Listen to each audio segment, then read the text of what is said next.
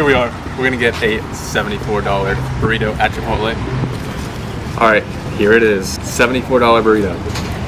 I've been waiting for this burrito. Oh my gosh. Yes. It's just a regular burrito. The receipt says it's $11, but it actually costs $74. Maybe more, depending on how you look at it. Let me explain. Hold on. This is important because this simple way of thinking helped me become a self-made millionaire by 25.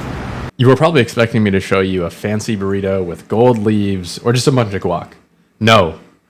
I'm going to tell you why that regular burrito was actually more expensive than you think. The reason is because of something called opportunity cost. And you should care because this could change the way you think about money. Most people overlook it. Instead of buying that burrito, I could have invested the $11 and then bam, 20 years later, I'd have over $74. Look, I know 20 years is a super long time and you're gonna have to eat eventually, but you can apply this to all of your spending. The little things add up. This can help you understand how expensive things actually are. And then you can decide if it's worth it or not.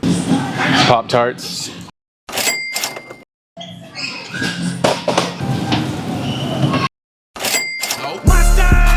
Mustard.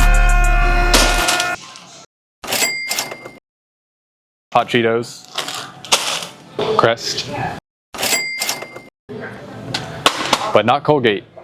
We don't buy Colgate. Colgate hates puppies. I know this is probably bumming you out. You probably want to enjoy yourself, spend your money. I get it. That's not totally wrong. Maybe you're okay with just getting by, living paycheck to paycheck. That's fine. But if you really want to improve your finances, if you potentially want to get rich in the future, you should understand this concept. You got to lock in. Again, this helped me become a self-made millionaire by 25. Think of that $11 as a potential investment. You could either buy a burrito or invest it and then look 20 years later. If you bought the burrito, you would have just had a burrito. If you invested it, you'd have $74. That's a $74 difference. So that burrito actually cost you $74. I'll give you a choice. Take $11 right now or $74 in 20 years. If you chose $74, you probably have some discipline. If you chose 11, you're cooked.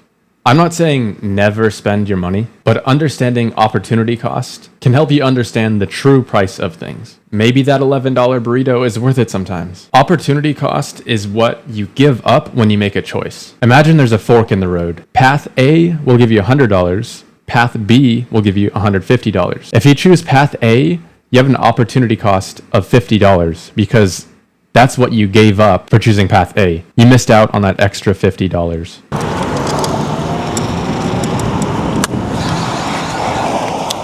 This little scooter, on paper, it cost me $450. But if you consider opportunity cost, a few grand, maybe more. Depends on how well I can invest and for how long. For example, say I get a 20% return for 30 years. This scooter cost me more like $106,000. But here's the catch.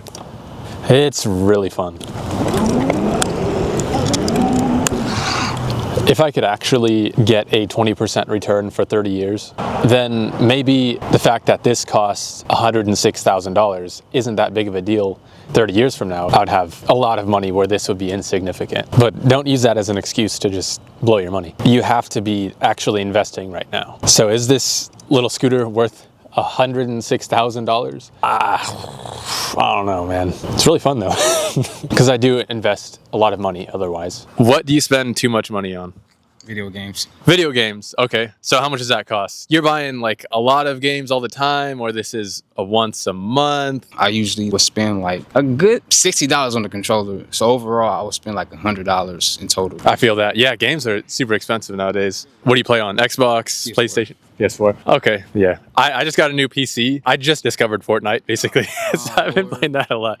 What do you play? Call of Duty, that's like my go-to game.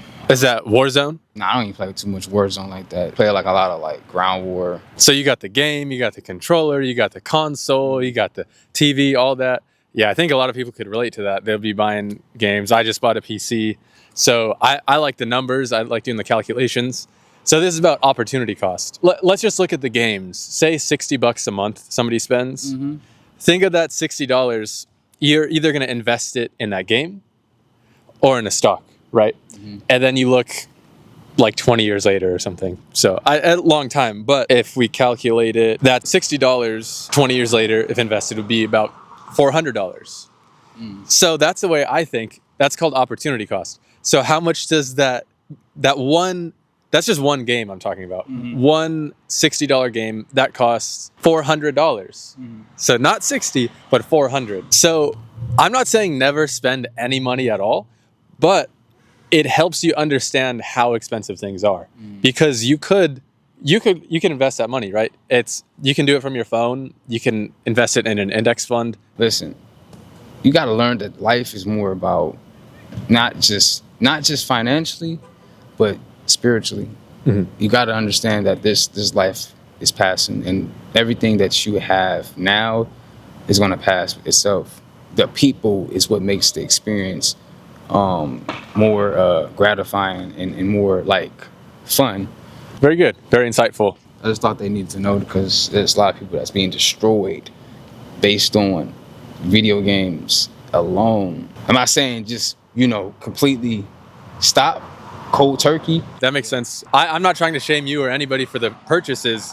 I'm just trying to get people to rethink, is it worth it? Because if you actually calculate how much it actually costs, it's like, maybe it isn't, maybe it is. That's why I like doing free stuff, like coming to a public park, playing basketball. So when I come out here to play basketball, it doesn't cost me anything. Maybe it costs me time where I could be making money, doing a side gig or something, driving for Uber, who knows. That's not what it's about. Sometimes you gotta relax. What do you spend too much money on? Gas and food. I mean, you kind of need those things. What do you spend too much money on? Not gonna lie, fast food. Me being a big guy. My thing's Chipotle. You get like Carl's Jr., McDonald's, Taco Bell. Not gonna lie, I'm big on the fast food apps. Okay. So like I hit up the McDonald's, the Taco Bell, Wendy's. I'm all around. But I'm trying to cut it down. I've been cutting it down the last few weeks, but I'm still spending here and there. Yeah. Even when I'm out with my girlfriend, I always buy the fast food. That's something I should cut back on. I mean, we all got to eat eventually, but the fast food, it kind of stacks up. Even McDonald's gets expensive nowadays, but... That's ridiculous. But yeah, this video is about opportunity cost. Okay. Boring stuff. But so instead of spending on expensive fast food, right, say the extra amount you're spending is $100 a month or something. Instead, you can invest that, and it doesn't just cost you $100 a month. It costs you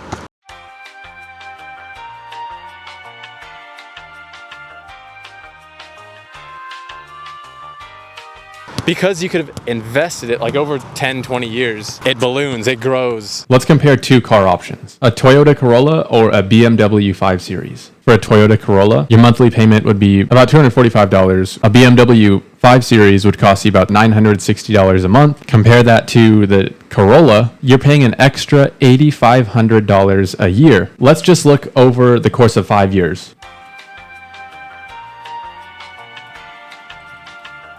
That's a difference of $51,000. And that's just comparing the difference between the two, not the total cost. Just choosing a BMW 5 Series over the Toyota Corolla is going to cost you $51,000 over 5 years. Because you not only take the difference of the cost, but you also factor in that you could have invested it and you could have used compound interest. Let's look at renting somewhere to live. Apparently, the average rent price in the United States is about $1,600. Let's say you get something that's a little bit smaller than average, so you're only paying $1,400. Compare that to getting something a little larger than average where you're paying $1,800. That's a $400 difference. We can look at the opportunity cost. The difference, the amount you're giving up by renting the larger space versus the smaller one. Let's look at that over a 10-year period. It's a difference of $4,800 a year. We could be investing that $4,800 every year. So over 10 years, that's a difference of $76,000. We're talking about a $400 difference in rent. That may be somewhat meaningful, but you got to lock in. You got to get something smaller. Don't overspend. You got to be cheap. Things are more expensive than they seem. So the point is, save your money.